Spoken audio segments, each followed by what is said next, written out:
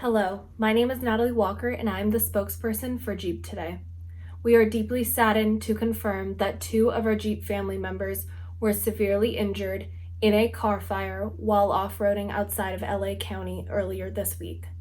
They are both currently receiving medical treatment and their families have been contacted.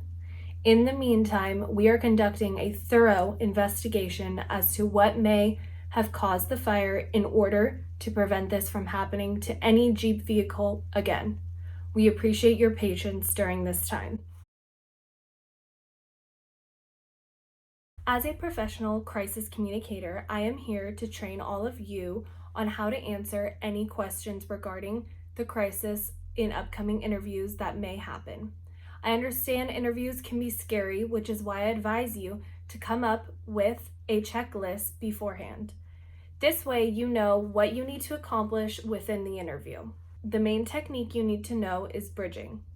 It is the most important tool to use when being asked questions. Bridging is the act of directing a negative or unhelpful question into a positive way. It is essentially shifting the conversation back to your key points and discussion topic. The last thing you want to do is let the interviewer control the conversation, and bridging helps prevent this. The key to bridging is coming up with a phrase that works for all questions. An example might be, "What is most important here is." This phrase lets the interviewer know that you are in control and you are also not interested in engaging in those kind of questions. Repeating what is important to you or the company also leaves an imprint on your audience, which is what you want.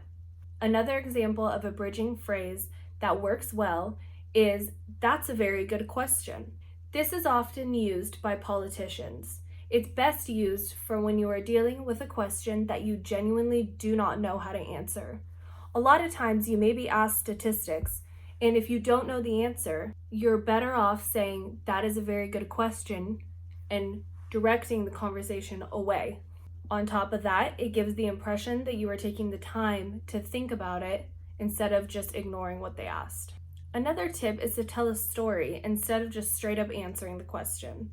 If you incorporate a personal story that relates to the topic, the audience will feel more connected towards you, which is what you want.